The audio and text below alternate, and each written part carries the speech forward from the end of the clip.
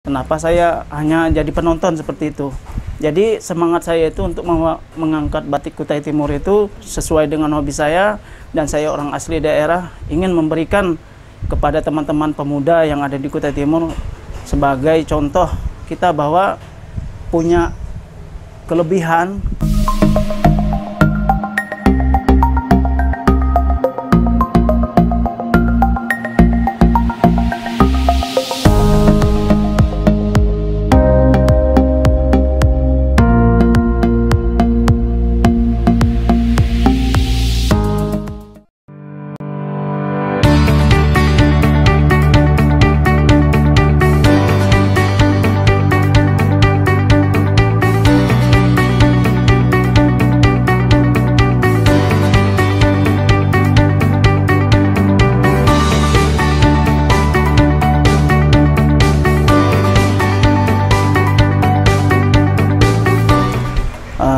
Assalamualaikum warahmatullahi wabarakatuh. Perkenalkan, nama saya Risno Asam Sanjoyo.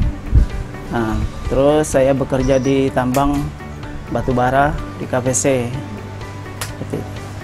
Saya kerja di tambang di KPC sudah jalan 15 tahun. Di batik ini memang awalnya saya belum tahu tentang batik. Jadi ada teman yang ngajak untuk membuat motif khas daerah. Hanya saya belum tahu tentang batik. Jadi disitulah saya mengenal batik. Nah, dari situ, dan itu pun sesuai dengan hobi saya menggambar, sketsa. Dari situlah mengalirnya saya mengenal batik sampai sekarang, sampai usaha batik. Nah, setelah saya mengenal batik, ternyata batik ini menceritakan tentang riwayat daerah kita, seperti filosofi yang ada di Kutai Timur ini, seperti motifnya tersendiri. Dan itu pun dari batik itu menceritakan bahwa sejarah-sejarah yang dulu bisa terungkap di gambar batik, seperti itu. Dan itu pun mengapa saya jadi semangat untuk membuka atau membangun batik tulis ini, ya kan.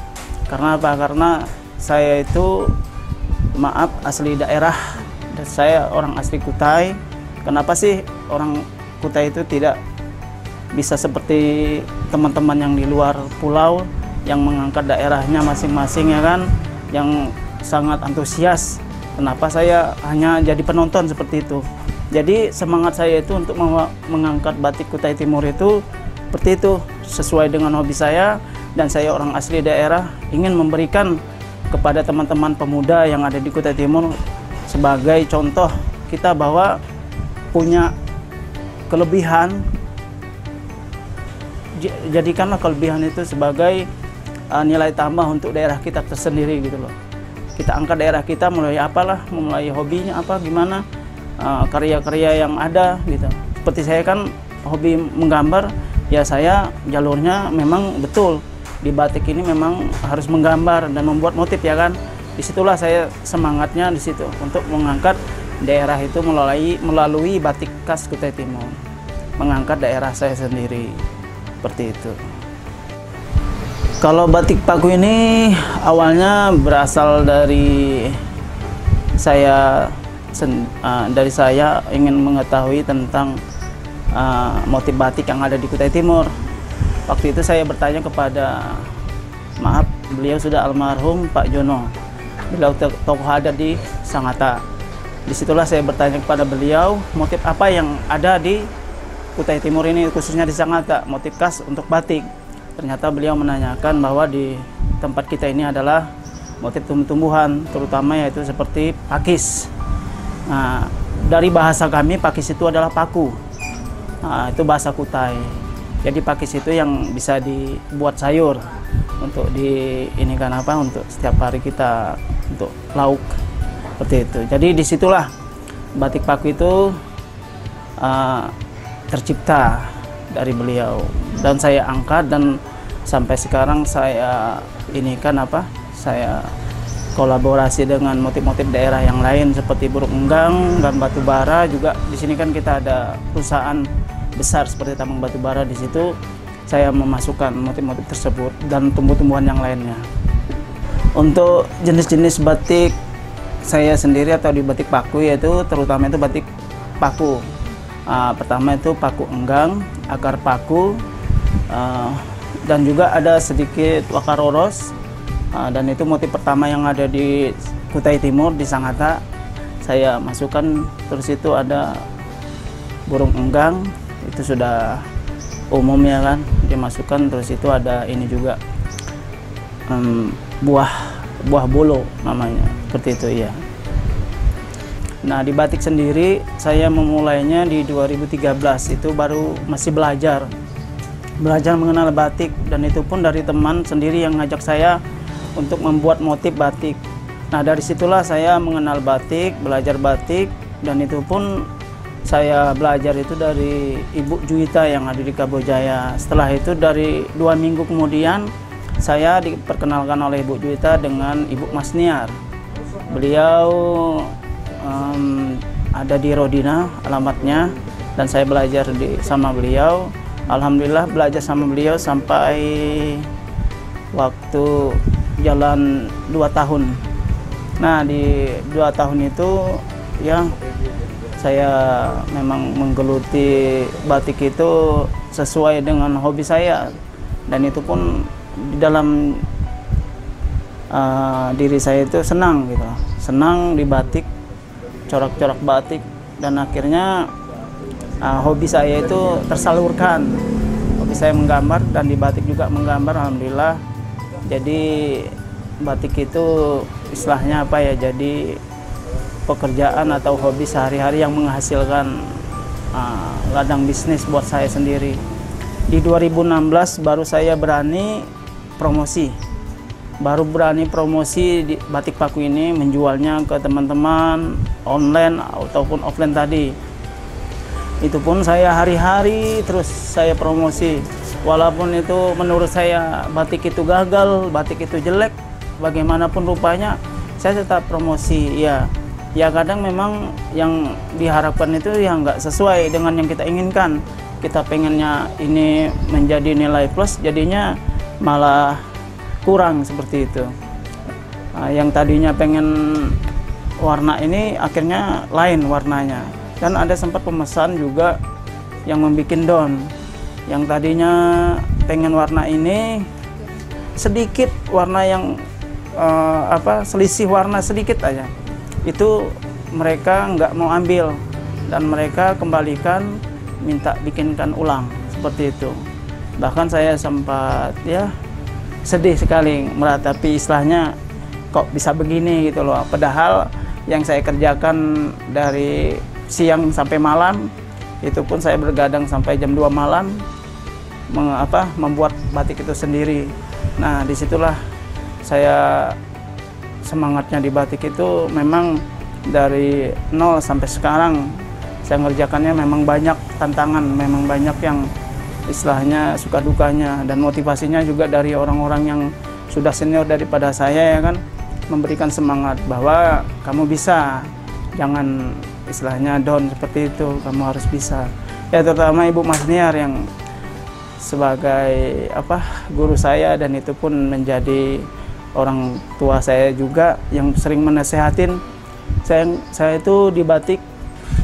Memang nggak ada hobi untuk membuka usaha batik, tapi kenapa ya di jiwa saya itu kok batik ini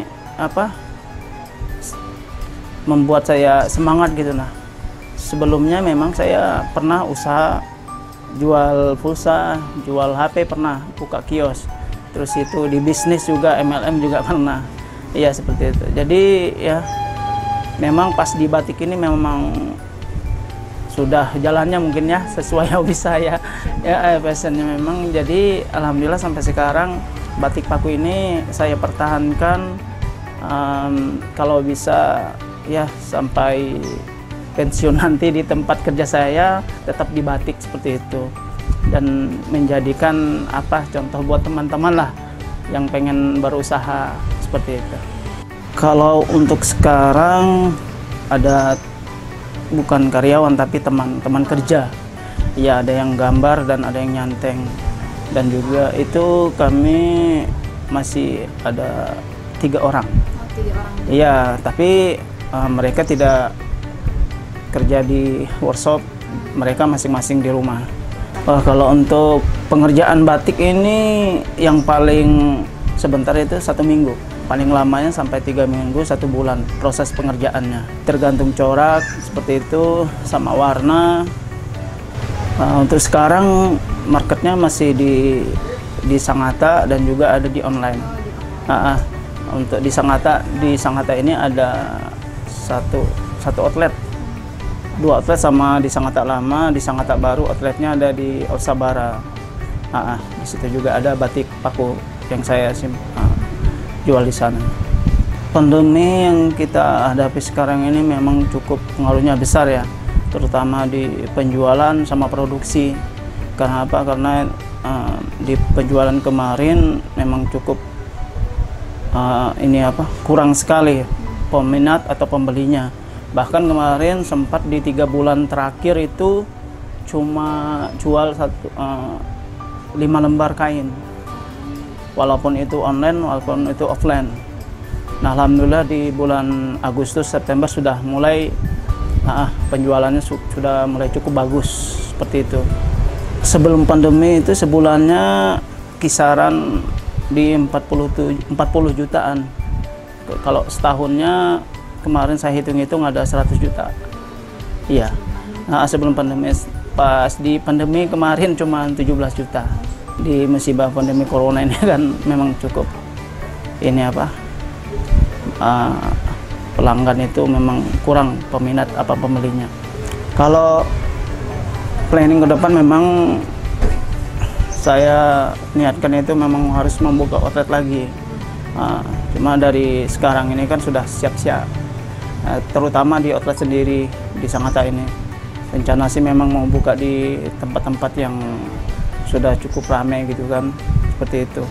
Bukan hanya di Sangatta, bahkan mungkin di luar Sangatta mungkin saya pengen gitu. Untuk prestasi di 2013 sudah saya ikut. Waktu itu di 2013 ada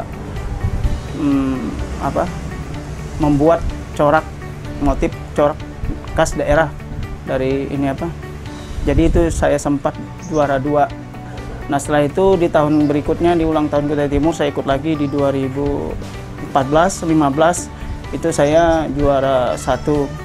Sampai di 2018 ini alhamdulillah masih di juara 1 untuk lomba desain motif khas daerah seperti itu.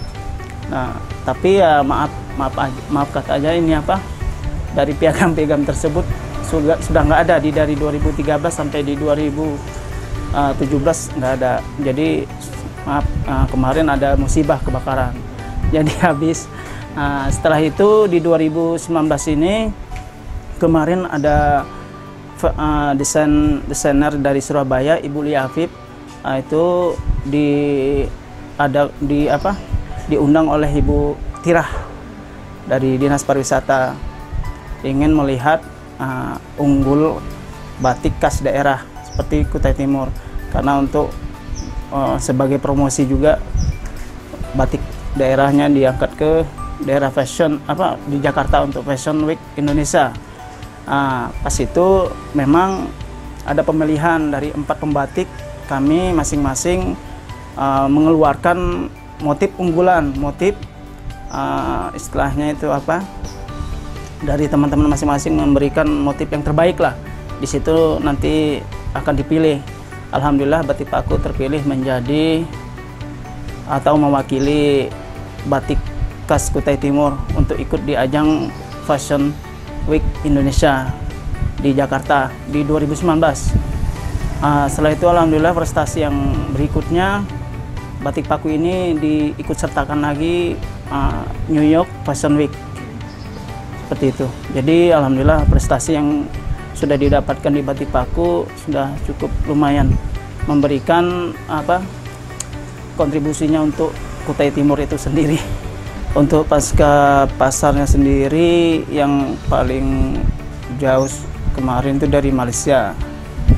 Dari Malaysia pernah membeli batik, itu pun dari media sosial seperti Facebook dan Instagram. Selain itu ada dari Jakarta, Bogor, Bandung, terus itu sampai ke Aceh juga ada. terus itu ke Pontianak. Kalau untuk Wancana itu memang saya sangat antusias sekali untuk generasi berikutnya. Karena batik ini jangan berhenti di batik Pak itu aja. Kalau bisa di batik yang lainnya juga ada di daerah Kutai Timur. Risno yang lain akan bermunculan begitu, bukan Risno satu aja.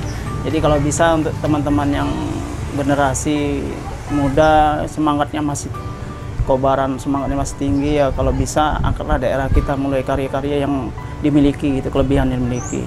Apa aja yang penting mengangkat daerah khas Kutai Timur. Ya, untuk teman-teman motivasinya yaitu tadi kita memiliki satu semangat, terus itu fokus, terus itu paling tidak ya niat lah. Kita berniat untuk mengangkat daerah kita melalui karya-karya yang dimiliki gitu. Jadi jangan sampai kita jadi penonton atau jadi istilahnya cuman melihat dan bangga dengan karya orang saja. Kalau bisa karya tersendiri kita keluarkan, bahwa kita memiliki potensi yang sangat besar. Kalau diolah terus-menerus, kemungkinan besar nanti akan menciptakan hasil yang baik seperti itu. Yang saya alami sekarang ini seperti itu. Dari nol sampai sekarang memang liku-likunya memang ada sedih, ada senangnya seperti itu. Jadi jangan patah semangat lah untuk teman-teman yang lain yang masih muda, yang masih berkobar api semangatnya, ya itu seperti itulah.